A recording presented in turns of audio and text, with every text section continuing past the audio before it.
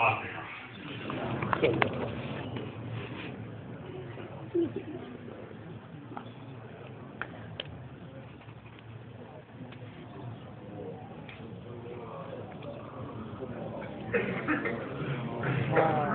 اللهم صل على محمد وآل محمد.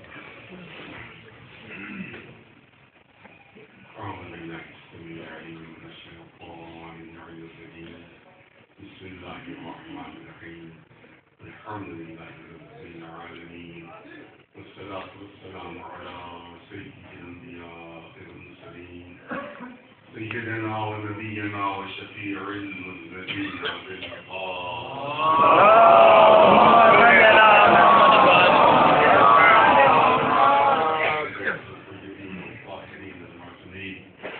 أما بعد فقد قال الله سبحانه تبارك وتعالى في كتابه المبين وهو أصدق القائلين إنما يريد الله ليذهب عنكم الرجس أهل البيت ويطهركم تطهيرا.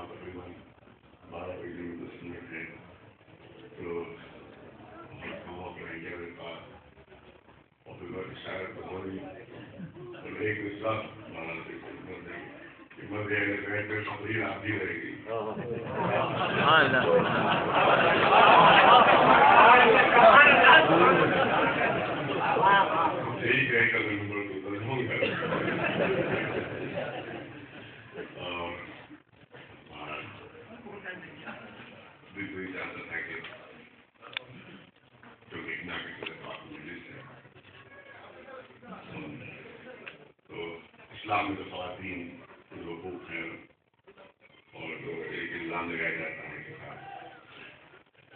اسلام میں خواتین کے ساتھ شروع کیے ہیں حقوق کو ان کو رد کیا گیا اور ظلم ہے اس کو بھی تھوڑی روشنی ڈالی آج کے جوانوں کے لیے لیکن ظاہر ہے کہ سب ممکن نہیں ہے کہ رخ کو پیش کیا جائے لیکن کیونکہ اولاد کی طرف سے ماں کے ساتھ دو چار جملے جو ماں باپ کے حقوق ہیں اور ان کی عظمت ہے ان کا شرف ہے ان کا مرتبہ ہے چند جملے کہنا چاہتا ہوں کہ یاد رکھیں آپ ہمارے بچے خاص طور پہ یاد رکھیں کہ اگر ماں باپ خوش ہیں اور آپ سے راضی ہیں تو دنیا میں بھی ترقی ملتی ہے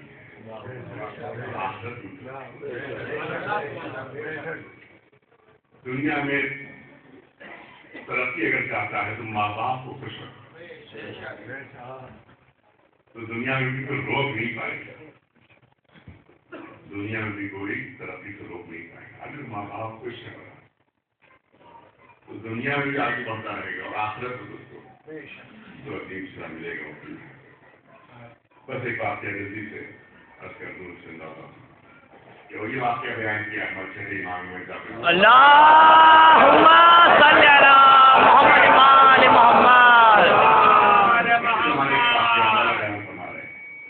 زبان عصمت سے واقعہ بیان ہوا ہے زبان امامت سے واقعہ بیان بچے جوان خاص طور سے سنیں بہت کم موقع رہتے ہیں فرماتے ہیں امام کے وہ زمانہ تھا اس میں 3 سفر نہیں کرے اب کے زمانے میں سواریاں نہیں تھی بہت خاص پہاڑی علاقوں میں تو پیدل چلنا پڑتا تھا تو کسی پہاڑی علاقے میں پیدل جا رہے تھے سفر کر رہے تھے طوفان شدید طوفان بارش انہوں نے سوچا بھائی کہاں میں پلان ہم لوگ تو دیکھا ہے غار نظر آئے گا، پہاڑوں میں سے غار ہوتے ہیں تو ہوتی ہے نظر آئے گا، تو انہوں نے سوچا کہ اسی میں بنا یہ دیکھتے جب طوفان رک جائے گا تو اس کے بعد ہم سفر کرنا جائے گا۔ تو تینوں شخص جو ہے وہ اسی پہاڑ کے اندر وہ بنا لینے کے لیے چلے گئے۔ اب وہاں فرماتے ہیں کہ اتنی شدید بارش تھی، اتنا شدید طوفان تھا، ایک پہاڑی چٹان لڑکی بھی آئی ٹھیک اس غار کے دہانے پر آ کر رک گئی۔ ظاہر کہ بالکل وہ بے آباد علاقہ تھا، کوئی آبادی نہیں، عام راستہ نہیں تھا کہ اب ان کی سمجھ میں نہیں آیا کہ کیسے نکلی۔ بہت کوشش کی نہیں کہ اس چٹان کو اپنے یہاں سے ہٹائے، مگر وہ تینوں نے مل کر کوشش کی، وہ ہل بھی نہیں پائی۔ اب کیا کریں، موت یقینی، نہ کوئی مدد آ سکتی یہاں کے اوپر، نہ کوئی مددگار آ سکتا ہے یہاں کے اوپر، موت یقینی۔ تو اب تینوں میں آپس میں گفتگو ہونے لگی کہ مرنا تو ہے یقین مرنا ہے، لہٰذا ہم آپس میں گفتگو کرتے ہیں کہ ہماری زندگی کا سب سے نیک واقعہ کیا ہے، سب سے اچھا واقعہ تمہاری نگاہوں میں سب سے بیان ہو، آپس میں بیان کرو تو مرنا تو ہے۔ تو ایک شخص نے کہا کہ میں کسی علاقے میں تھا، وہاں قحط ہوا اور اس کے بعد وہ مرنے لگے، تو ایک خاتون تھی جس کے بچے بھوکے تھے، وہ میرے پاس آئی اور میرے پاس اتفاق اناج اور کھانے کا سامان موجود تھا، اس کے بچے بھی فاقے تھے، وہ عورت بھی فاقے تھے، میرے پاس سامان کھانے کا موجود تھا۔ میں نے اس وقت سوء استفادہ کرنا چاہا اور میں نے سوچا کہ مصیبت سے فائدہ اٹھاؤں اور اس کی جو ضرورت ہے اس میں ناجائز فائدہ اٹھاؤں، لیکن اس وقت خوف الہی میرے دل میں پیدا ہو گیا اور میں نے اس گناہ سے بچ گیا اور میں نے بغیر گناہ کیے ہوئے اس عورت کے بچوں کی مدد کی۔ پالنے والے اگر تیری بارگاہ میں یہ عمل قبول ہوا ہے تو ہمیں نجات دے۔ امام نے فرمایا کہ وہ چٹان اپنی نگاہ سے ہلکی سی کھسکی، پوری طرح بچوں جوانوں کے نام ہلکی سی وہ چٹان سی ہلکی، مگر اسی جگہ نہیں میں تھی کہ کوئی سے نکل سکے۔ دوسرے شخص نے کہا کہ میں سمجھتا ہوں میری زندگی کا سب سے نیک عمل یہ ایک مزدوری کے لیے میں نے معین کیا، اس سے مزدوری کی اور اتفاق ایسا ہوا کہ جب کام ختم ہونے کا وقت ہوا تو میں کسی بہت ضروری کام سے چلا، جب واپس آیا میں تو مزدور بغیر مزدوری نہیں کر سکتا۔ اب میں نے بہت ڈھونڈا، بہت تلاش کیا، اس میں وہ کہیں نظر نہیں آیا اور میرے پاس مزدوری اس کی رکھی رہی۔ تو اب دیکھیے وہ واقعہ امام بیان فرما رہے ہیں کہ وہ سب کہتا ہے کہ میں نے اس کی ایک مرغی خریدی، مختصر سی مزدوری تھی، ایک مرغی خریدی، وہ مرغی میں نے پالی، اس سے بہت سی مرغیاں ہو گئی، اس سے میں نے بھیڑیں خرید لی، ان بھیڑوں سے بہت سی بھیڑیں ہو گئی، اس سے میں نے اونٹ خرید لیے اور کئی سال گزر گئے، مانو اونٹوں کا ایک گندا ہو گیا، 7 8 10 سال گزر گئے، 10 سال گزر گئے، پورا اونٹوں وہ ایک مختصر کی مزدوری سے پورا اونٹوں کا ایک گندا میرے پاس ہو گیا۔ وہ کہتا ہے کہ ایک بار بازار میں گزر رہا تھا تو نے دیکھا سامنے سے وہی مزدور چلا رہا، اب میں تو پہچانتا تو مجھے بھول چکا تھا، میں دوڑ کے اس کے ہاتھ پکڑا، کہا تمہاری ایک امانت میرے پاس، تمہاری ایک امانت میرے پاس ہے۔ کیسی امانت؟ کون سی امانت؟ میں تو تمہیں جانتا نہیں، میں تمہیں پہچانتا نہیں۔ کہا نہیں تم مجھے بھول جاؤ، میں تمہیں نہیں بھول رہا ہوں، چلو میری تمہاری ایک امانت میرے پاس لے گیا، دیکھا میدان میں اونٹھی کہیے تمہارے تمہارا بھی خراب ہو گیا، کیا ہو گیا؟ پاگل ہو گیا، میرے معمولی مزدور میری اتنی مختصر سی آمدنی اور یہ اونٹوں کا گندا ہی پورا میرا کہ نہیں یہ تمہارا ہی ہے، تمہیں یاد نہیں آ رہا ہے، لیکن ایک مرتبہ تم مزدوری کرنے میرے گھر آئے اور میں تمہیں مزدوری نہیں دے پایا تھا، تو میں نے مزدوری محفوظ رکھی، وہی مختصر سی مزدوری اب اتنی بڑھ کر اتنی اونٹوں کی گلے کی صورت میں ہو گئی ہے، یہ سب تمہارا ہے۔ لیکن ایمانداری میں برکت بھی کتنی ہوتی ہے.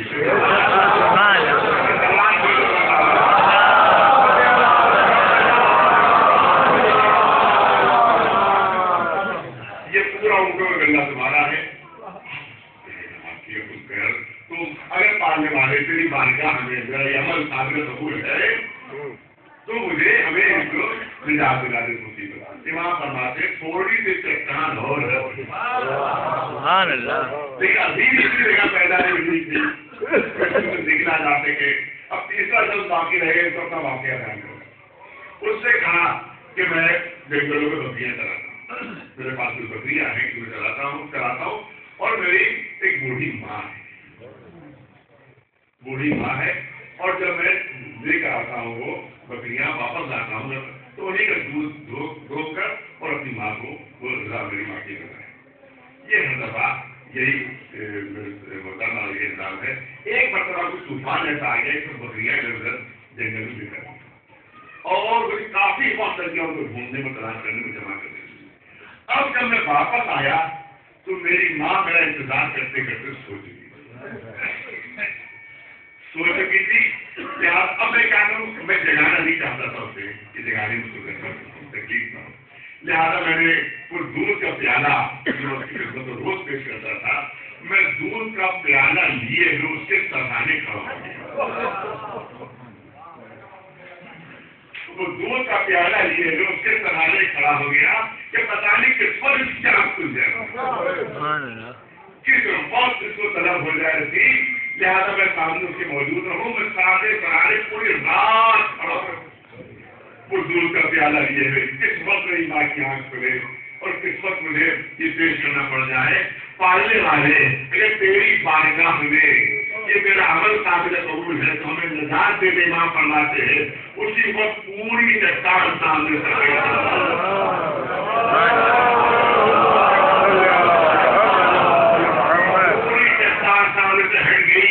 دیکھیے نتیجہ بھی نکل رہا ہے اس کے ساتھ ہمیں بچے کو جمانے کے لیے کہ اگر تم یہ چاہتے ہو کہ تمہارے راستے کی رکاوٹیں ہٹے, تمہارے راستے کی رکاوٹیں کہ تمہارے سامنے سے ہٹتی رہے اور تم دنیا میں آگے بڑھتے رہو تو ماں باپ کی خدمت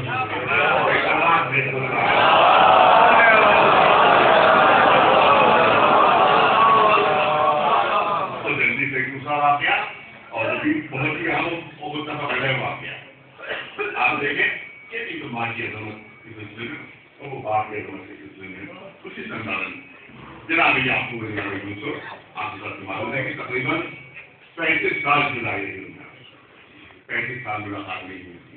35 سال کے بعد اب مسئلے جدائی رہی ہوئی کہ باپ اور بیٹے ملاقات تو مقام معین ہو گیا. اپنا مقام پر جناب یعقوب میں جناب یوسف نے ملاقات ہوئی. جناب یعقوب والد ہیں, جناب یوسف بیٹے. جناب یعقوب چلے ملاقات کے لیے تو جناب یعقوب کے لیے روایت نہیں تو پیارا بات کی سواری پر نہیں, لیکن جناب یوسف کیونکہ بادشاہ یوسفی ہے لہٰذا وہ سواری پر ہے اور صرف اکیلے نہیں ہے بلکہ درباری ساتھ ساتھ, خشم مقرر ساتھ ساتھ, جو وزراء ہیں ساتھ ساتھ ہیں, جو گورنر ہیں ساتھ ساتھ ہیں, جو فوجی افسر ہیں تو ساتھ ساتھ ہیں. پوری توجہ ہے اور ایک کو بھی بات کرنا ہے. دیکھیں آپ اس کے بعد ادھر سے جناب یعقوب ادھر سے جناب یوسف سے. اب جب سامنا ہوا تو جناب یعقوب بغیر سواری کے پیادہ پائے اور جناب یوسف سواری سے اوپر. اب روایت کہتی ہے کہ جناب یوسف نے سواری پر بیٹھے بیٹھے باپ کا استقبال کیا, جبکہ باپ کے احترام میں انہیں سواری سے اترنا چاہیے تھا. شاید دل میں تصور آیا ہو کہ اگر انہیں سواری سے اترا تو یہ درباری کیا سوچیں گے, یہ جو فوجی افسر ہیں وہ کیا خیال کریں گے, تو یہ وزیر صاحب وہ کیا خیال کریں گے. جو بھی تصور اس میں آیا ہو, لیکن بات ہے کہ سواری سے نہیں اترے اور سواری پر بیٹھے بیٹھے باپ کا استقبال کیا. اسی پر جبریل نازل ہوتے ہیں اور کہتے ہیں یوسف اپنی مٹھی کھولیے. جیسے جناب یوسف نے مٹھی کھولی ہتھیلی سے ایک نور نکل کر آسمان کی طرف گیا. جناب یوسف نے گھبرا کے پوچھا یہ کیا ہوا, ایک ایسا نور تھا کہ جو ہتھیلی سے نکل کر آسمان کی طرف گیا. جناب جبریل فرماتے ہیں اے یوسف آپ سے ترقی اولا ہوا ہے, آپ سے ترقی اولا ہوا ہے. باپ کے استقبال میں آپ کو اترنا چاہیے تھا, آپ نہیں اسے توجہ ہے عظمت اور شرف ماں باپ کا. آپ کیونکہ نہیں اترے کر کے اور ہوا لہذا اللہ نے آپ کی اولاد سے عہدہ نبوت لے دیا. سبحان اللہ. آپ کی اولاد سے عہدہ نبوت لے لیا. یہ ہے ماں باپ کا شرف کہ اگر ہلکی سی کوتاہی نبی سے ہو گئی تو اولاد سے عہدہ نبوت لے دیا گیا. اب اس کے بعد جناب یوسف کی اولاد سے کوئی نبی نہیں. اور یہیں پر رک کر جہاں آواز جا رہی میری ایک سوال ہے میرا جو میں کرنا چاہتا ہوں. وہ سوال ذہن میں یہ ہے کہ اب جناب یوسف کی اولاد میں نبوت نہیں ہے مگر ہے جناب یعقوب ہی کی نسل میں نبوت ہے. جناب یعقوب ہی کی نسل میں اب اللہ کو جناب یوسف کے کسی اور بھائی کی اولاد کو منتخب کرنا ہے عہدہ نبوت کے لیے. جناب یعقوب کے 12 بیٹے ہیں ان میں تو 11 رہ گئے ہیں. ان میں کی کسی کی اولاد کو منتخب کرنا ہے. مجھے میرا سوال یہ ہے کہ جناب یوسف کے کس بھائی کی اولاد کو اللہ نے منتخب کیا؟ جناب یعقوب کے کس بیٹے کی اولاد کو اللہ نے منتخب کیا نبوت کے لیے اور عہدہ نبوت کے لیے؟ تو آپ کو معلوم ہی ہے کہ جناب یوسف کے بعد سب سے چہیتے تھے جناب بنیامین. تو یوسف کی اولاد سے عہدہ نبوت ہٹا تو بنیامین کی اولاد منتقل ہونا چاہیے. لیکن جناب بنیامین کی اولاد میں عہدہ نبوت منتقل نہیں ہوا بلکہ جناب یوسف کے ایک بھائی اور جناب یعقوب کے ایک بیٹے لاوی ان کی اولاد میں عہدہ نبوت منتقل ہوا. اب سارے نبی لاوی کی اولاد میں ہیں. یعقوب کے بیٹے لاوی ان کی اولاد میں سارے نبی ہیں اور انہیں کی اولاد میں جناب عیسیٰ ہیں. سبحان اللہ. میں بھرپور توجہ چاہ رہا ہوں. انہیں کی اولاد میں جناب عیسیٰ. یوسف کی اولاد میں نہیں ہے. جناب یوسف کی اولاد نہیں جناب عیسیٰ بلکہ جناب لاوی کی اولاد ہے عیسیٰ. اور عہدے سارے عہدے جو ہیں اب لاوی کی اولاد میں ہے. میں پوچھنا یہ چاہتا ہوں کہ لاوی میں کون سی خصوصیت تھی؟ لاوی میں کون سی خصوصیت تھی کہ اللہ نے ان کی اولاد کو عہدہ نبوت کے لیے منتخب کیا اور انہی کی نسل میں جناب عیسیٰ کو قیامت تک کی زندگی دی؟ مجھے بتایا جائے کہ کیا امتیاز تھا, ان کی کیا خصوصیت تھی. جب تاریخ انبیاء اٹھا کر دیکھے آپ کو پتا چلے گا کہ یہی لاوی ہے کہ جنہوں نے جناب یوسف کی جان بچائی تھی. یہی لاوی ہے کہ جنہوں نے جناب یوسف کی جان بچائی تھی. کیونکہ آپ کو معلوم ہے پورا واقعہ یہ سب سے مل کر طے کر دیا تھا کہ ختم کر دیا جائے گا, تباہ کر دیا جائے گا, ختم کر دیا جائے گا. اور یہی لاوی نے کہا تھا کہ دیکھو کیوں خون سے ہاتھ لگ رہے ہو, کیوں ان کی جان لے رہے ہو, ارے کسی اندھے میں ڈال دو, وہی گھوم پیاس سے ختم ہو جائیں گے, تمہارا مقصد پورا ہو جائے گا. مطلب یہ تھا کہ کسی طرح سے نبی بچ جائے,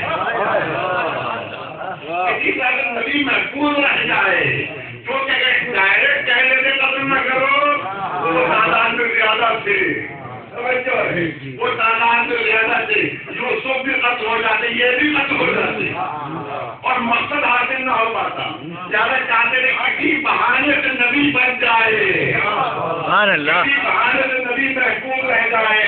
تو کیونکہ نبی کی جان بچائی, نبی کی حفاظت کی,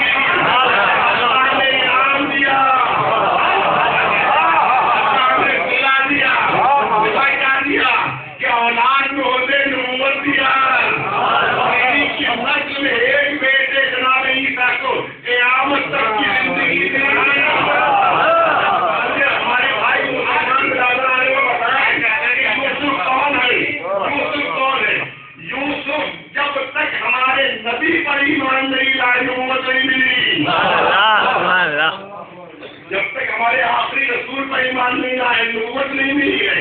اس کا مطلب یہ ہے کہ یوسف ہے امتی, ہمارے نبی ہے سردار انبیاء,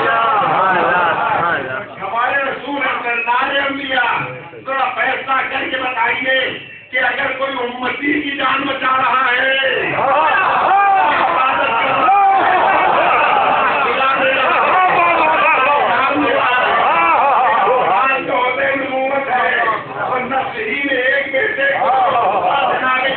قیامت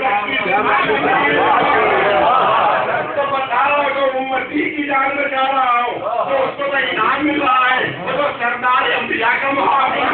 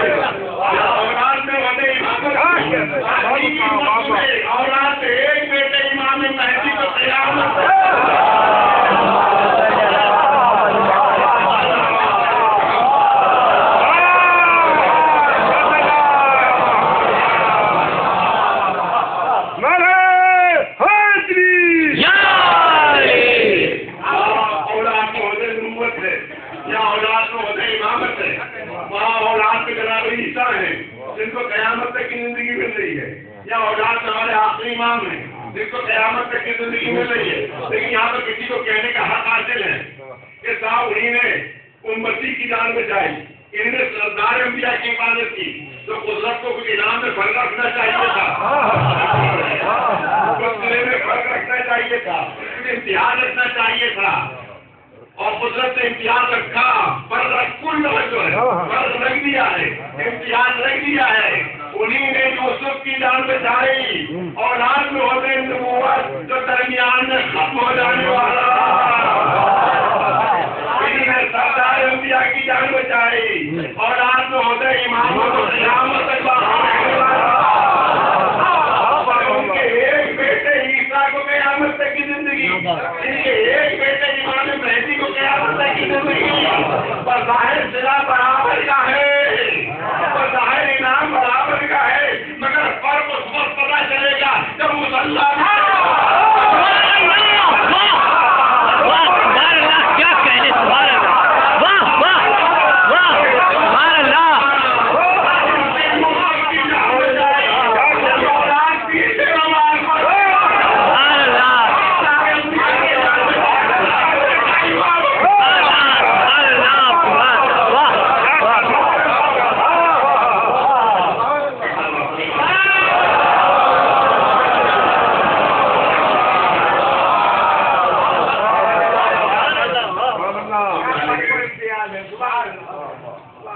تبہیری جملوری میں تقریباً ختم ہو چکا ہے، لیکن بہرحال سب کرنا ہے آیت الحدید کو علماء نے بیان قرار دیا، لیکن باہر ایک آیت پر کرنا بہت مشکل ہے، لیکن ایک پہلو پر کرنا چاہتا ہوں پوری توجہ کے ساتھ، اور یہ پہلو وہ ہے کہ جس سے حضور اکثر والے کائنات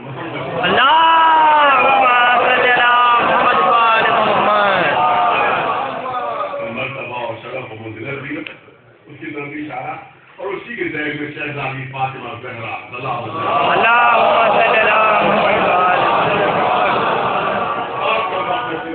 مکمل کرنا ہے۔ آپ دیکھیں کہ اب عجیب چیز ہے آپ کے سامنے پیش کرنا چاہتا ہوں، سندھی کی راہی کتابیں ہمارے سامنے حالانکہ ان نے تحریر بہت اچھی کی ہے، لیکن آپ دیکھ سکتے ہیں کہ چاہے توریت ہو، چاہے زبور ہو، چاہے انجیل ہو، چاہے دوسرے صحیفے جو آپ سے پیش کیے جاتے ہیں، کوئی بھی کہیں آپ کو یہ نہیں ملے گا کہ کوئی سورہ کہیں نازل ہوا، کوئی سورہ کہیں نازل ہوا، کوئی آیت کہیں نازل ہوئی، کوئی آیت کہیں نازل ہوئی، کوئی باپ کہیں نازل ہوا، کوئی باپ کہیں نازل ہوا۔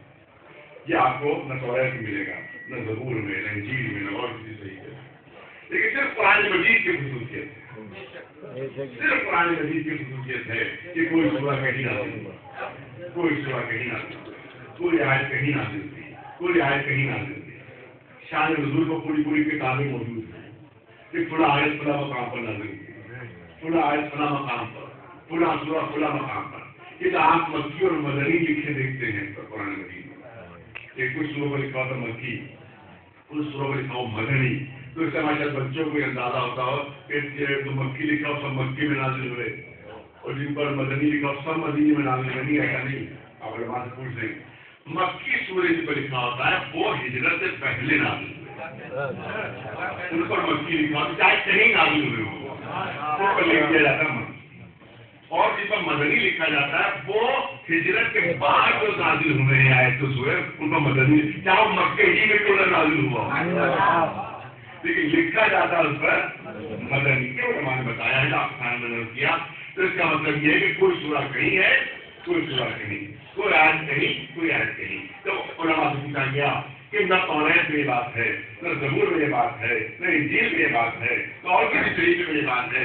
یہ قرآن کی خصوصیت جو ہے بہت لطیف ہے، بہت لطیف پہلے تو کرنا چاہتا ہوں آپ کے سامنے. تو علماء نے بتایا دیکھو فرق سے پیدا ہوا کہ جب بھی اللہ کو کسی نبی کو کتاب دینا ہوئی تو اللہ نے اس نبی کو بلایا، اس نبی کو بلایا کہ اگر کتاب لینا ہے تو خود آ جاؤ.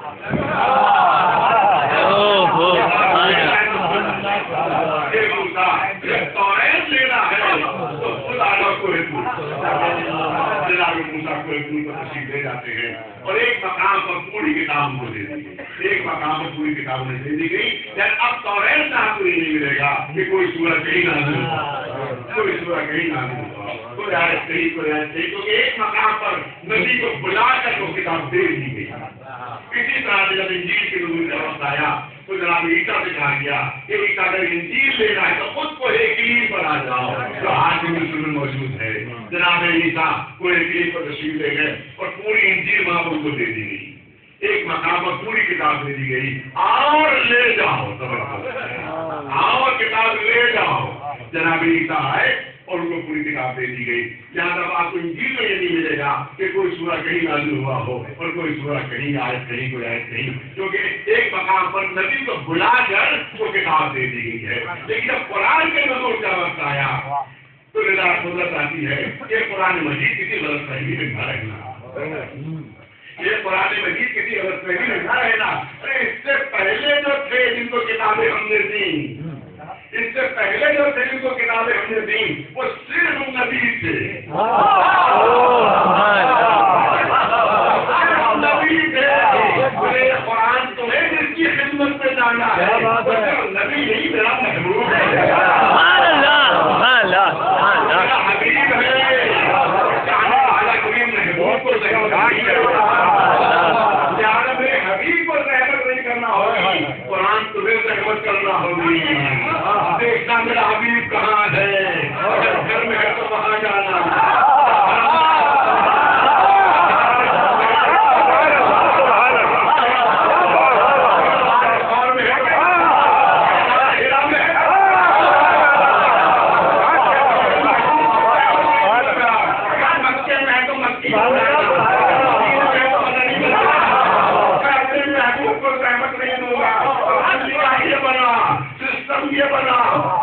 یہ بنا کہ قرآن کی آیتوں کو رحمت کرنا ہوگی، رسول کو رحمت کرنا نہیں ہوگی. ایک مقام پر یہ کلیہ ٹوٹ رہا ہے، جب ایک مقام پر یہ کلیہ ابھی تک تو میں نے آپ کو رحمت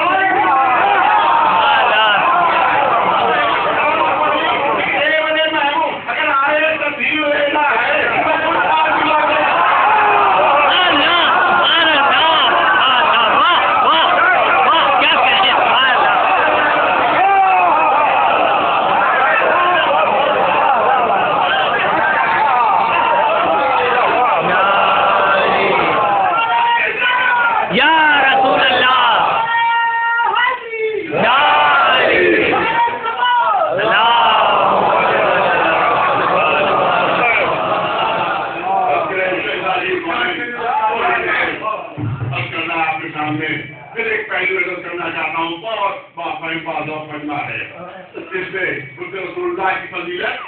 اور ساتھ ہی ساتھ ذیل میں شہزادی کی فضیلت. دوسرا رخ بیان کر رہا ہوں اس میں مولائے کائنات کی فضیلت, اس کے ذیل میں شہزادی فاطمہ زہرا سلوات بھیجے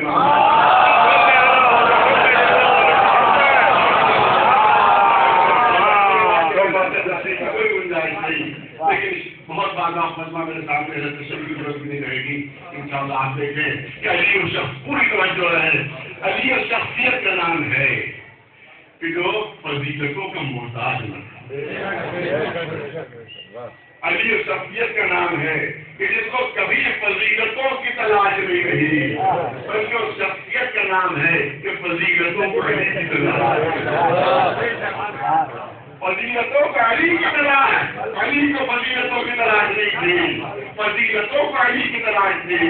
ارے کسی فضیلت کے لیے علی کسی سر پر نظر نہیں آئے, بلکہ فضیلتیں خود در علی بنائی. یہ وہ شخصیت ہے کہ فضیلتوں نے خود کو ڈھونڈا ہے. یہی نے فضیلتوں کی تلاش نہیں کی ہے, فضیلتوں کو علی کی تلاش تھی. سمجھو ہے اور دو تین چیزیں بہت کم وقت میں آپ دیکھیں کہ جوف کعبہ میں پیدا ہونا, وسط کعبہ میں پیدا ہونا کتنی عظیم فضیلت ہے, کتنا عظیم شرف ہے, کتنا بڑا مرتبہ ہے کہ جو کائنات میں ابھی تک کسی کو حاصل ہوا, نہ ختم کائنات تک کسی کو حاصل ہو سکتا ہے. یہ وہ شرف, یہ وہ مرتبہ. مگر مجھے کہنے دیجیے کہ علی کی تمنا نہ تھی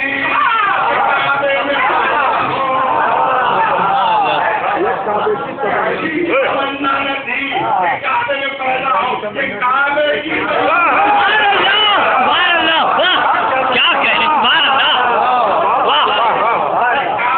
کی تمنا تھی کہ علی کعبے میں پیدا ہو. علی نہیں ہے, کتابت نہیں ہے, دلیل کے ساتھ بات ہے کہ کعبے کی تمنا کہ علی کعبے میں پیدا ہو.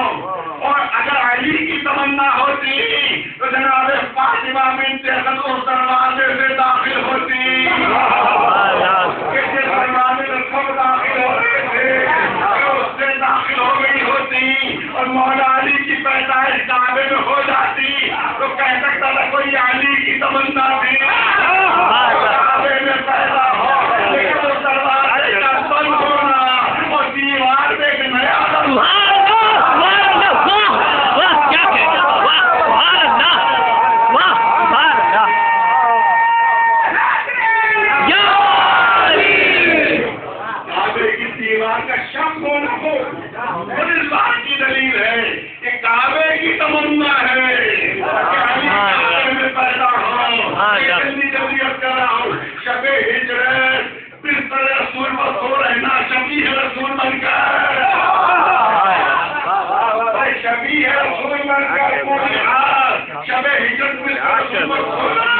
کتنا عظیم شرف اور مرتبہ ہے. لیکن مجھے یہاں ابھی کہنے کی ضرورت ہو رہی ہے کہ یہ علی کی خواہش نہیں تھی.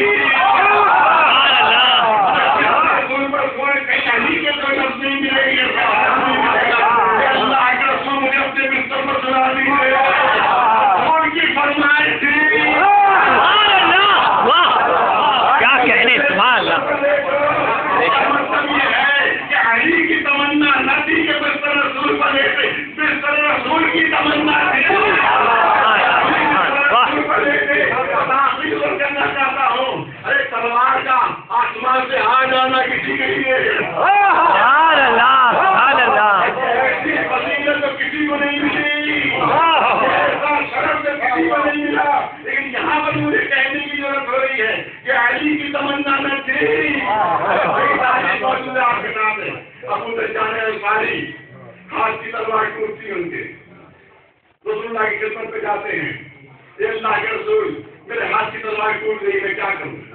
تاریخ کہتی ہے کہ رسول اللہ جھکے زمین سے کھجور کی لکڑی اٹھائی, اس کو گردش دی, ہاتھ کو گردش دی.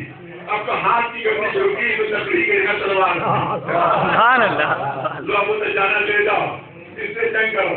تو ابو دجانہ کے ہاتھ سے جو تلوار ملی وہ رسول اللہ نے دی, اور خود گئے ابو دجانہ کہ میرے ہاتھ کی تلوار ٹوٹ کے میں کیا کروں. لیکن میدان میں علی کے ہاتھ کی تلوار ٹوٹ گئی. تاریخ میں نہیں ملتا کہ علی خود گئے ہو. تاریخ یہ ہے کہ ادھر ہاتھ کی تلوار ٹوٹی ادھر آسمان سے ذوالفقار اتری اس کا مطلب یہ ہے کہ علی کے ہاتھوں کو تلاش نہیں تھی ذوالفقار کی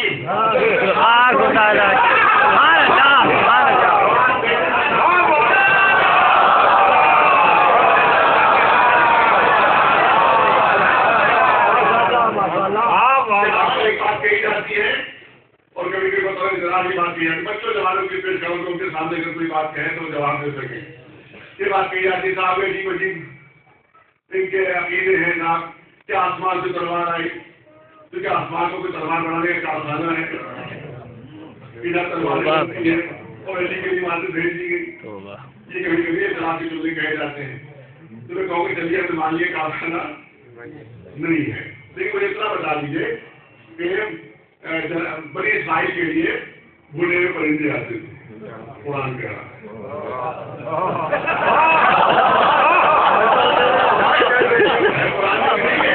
بھولے ہوئے پرندے آتے تھے آسمان سے بھولے ہوئے پرندے آتے تھے ہوٹل کھولا سبحان اللہ کیا بات ہے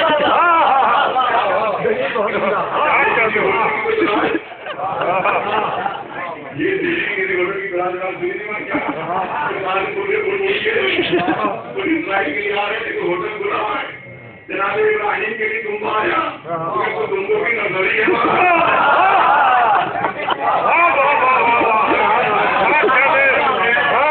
کارخانہ ہے تو کہاں ہے تلواروں کا کارخانہ ہے تو کہاں ہے تو بس جہاں پر وہ ہوٹل ہے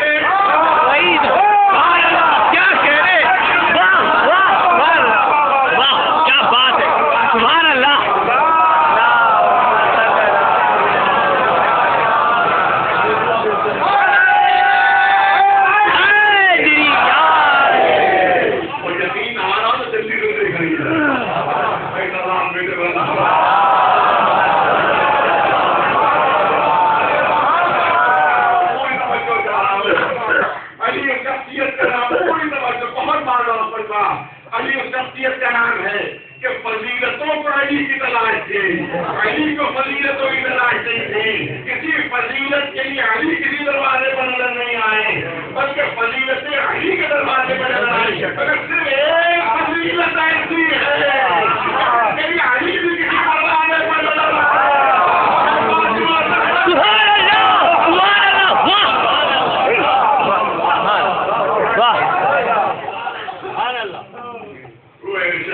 فاطمہ زہرا کی فضیلت اس کے لیے علی دروازہ رسول پر نظر آ یہ مرتبہ شہزادی کونین کا یہ شرف شہزادی کونین کا ایک مومنہ کے پہلے طواف میں ایک شہزادی کی کنیزی پر فخر کرنے والا اس کے سارے طواف کی مجلس ہے جہاں پر 5 ہاتھ میں ڈالر نار ہو رہا کے اور شہزادی کی آپ دیکھیں کہ 2 شرف ایسے ہیں بس آپ نے 2 شرف ایسے ہیں مورخین نے علماء نے یہ بات کہی تھی کہ 2 شرف ایسے ہیں کہ آج تک کسی باپ نے کسی بیٹی کو نہیں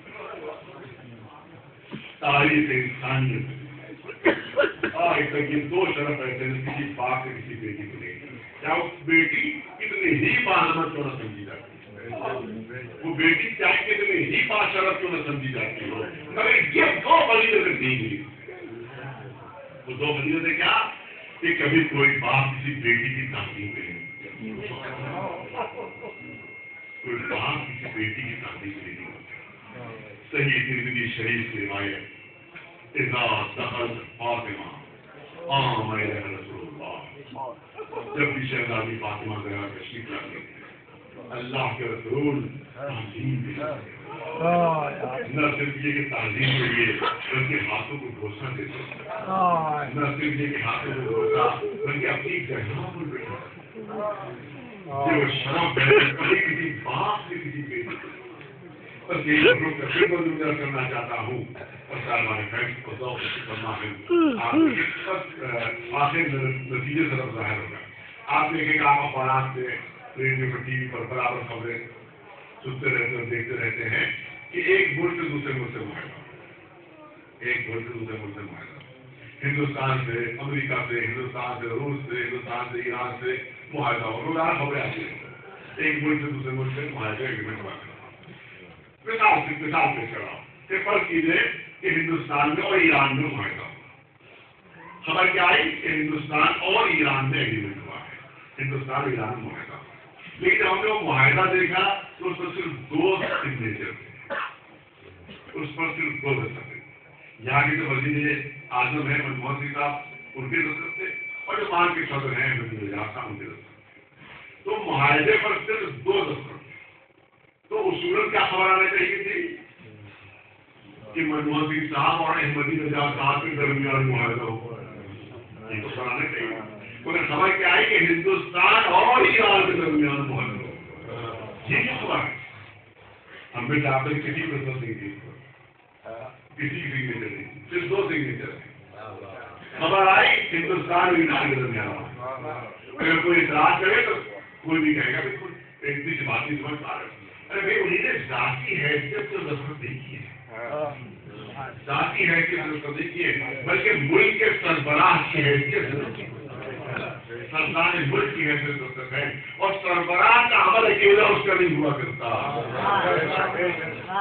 سربراہ کا عمل اکیلا اس کا نہیں ہوا کرتا، بلکہ جو سربراہی کو مانتا ہے ان سب کا وہ عمل قرار پاتا ہے، کیونکہ ہندوستان کے سربراہ ہیں، ان کی دستخط کا مطلب ہر ہندوستانی کی دستخط، وہ ایران کے سربراہ ہیں تو ان کی دستخط کا مطلب ہر ایرانی کی دستخط، تو سربراہ کا عمل اکیلا اس کا نہیں ہوتا، بلکہ جو سربراہی اور سرداری کو مانتا ہے ان سب کا وہ عمل قرار پاتا ہے۔ تب پھر سے حدیث سنا دو، اذا دخلت فاطمہ رسول اللہ، جب بھی فاطمہ زہرا تشریف لاتی ہے اللہ کے رسول تعظیم کے لیے اٹھ جاتے ہیں، سربراہ کا عمل اکیلا اس کا نہیں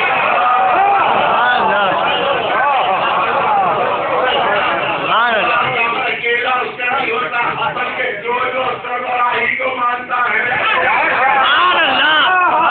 وہ عمل قرار پاتا ہے۔ تو اب یہاں پر مطلب یہ ہوا کہ اب جو رسول کو اپنا سربراہ مانتا ہے سب کا یہی عمل قرار پائے گا۔ تو بتاؤ کون ہے ان کے رسول سردار ہے؟ تو جو رسول کو اپنا سردار مانتا ہے سب کا یہ عمل قرار پائے گا۔ تو تقسیم طور کروں، خلاصہ کیوں نہ پیش کر دوں کہ ہمارے رسول وہ ہیں جو آدم کے بھی سردار ہیں،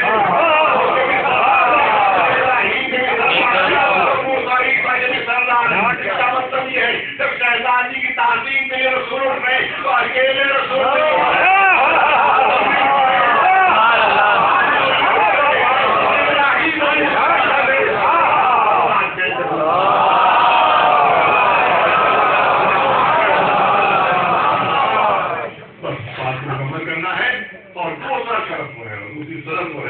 آج تک کسی باپ نے کسی بیٹی کو نہیں کہا فاطمہ تو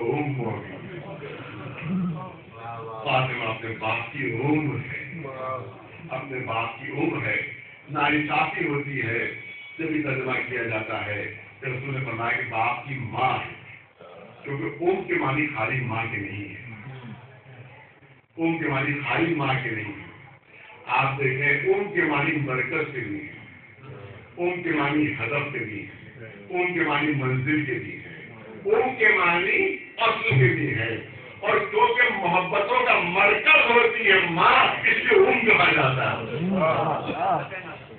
پوری توجہ ہے، اس لیے کہا جاتا ہے۔ تو ماں کے معنی ہوتی ہے، مرکز کے معنی ہوتی ہے، ہدف کے معنی ہوتی ہے، منزل کے معنی ہوتی ہے، اور اصل کے معنی ہوتی ہے۔ اور میں سمجھتا ہوں کہ کے جتنے بھی معنی ہیں سب تک بہترین ملتا شہزادی فاطمہ زہرا۔ اللہم صلی علی محمد و آل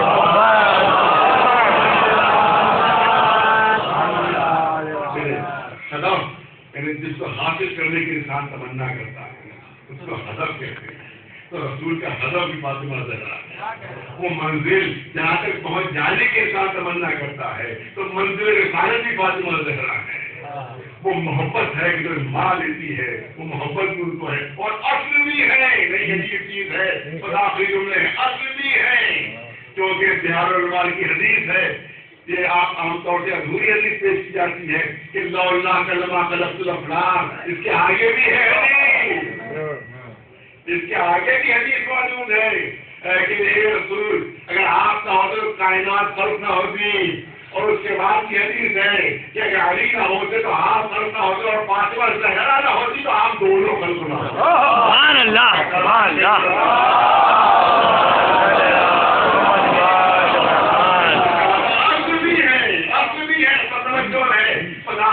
کرنا چاہتا ہوں لیکن ایک حدیث اور بھی ہے وہ فاطمہ تو بذرۃ منی.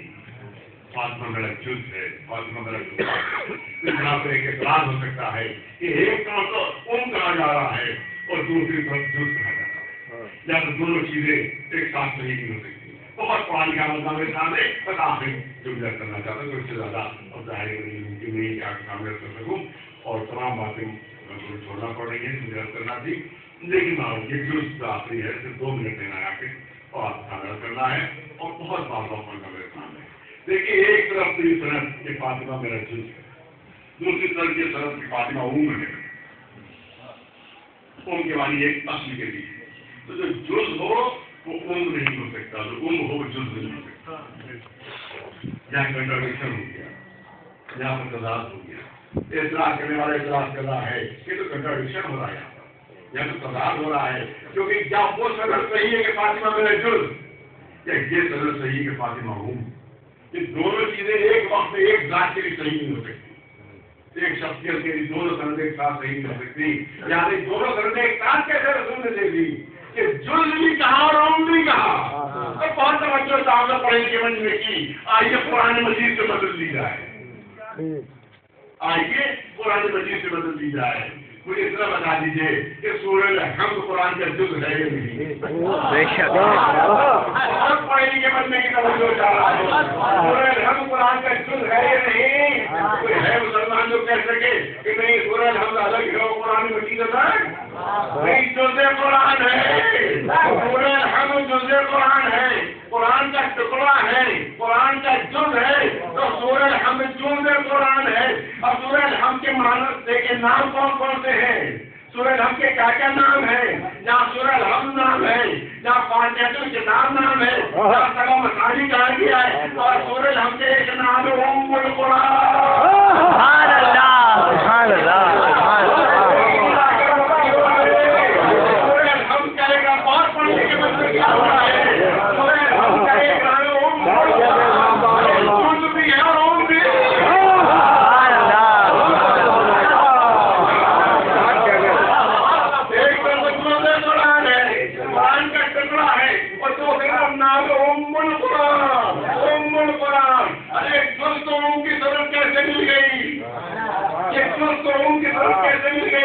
تو علماء نے بتایا کہ جب پورے قرآن کے علوم کمالات صفات سب سمٹ کر اس جز میں جمع ہوئے.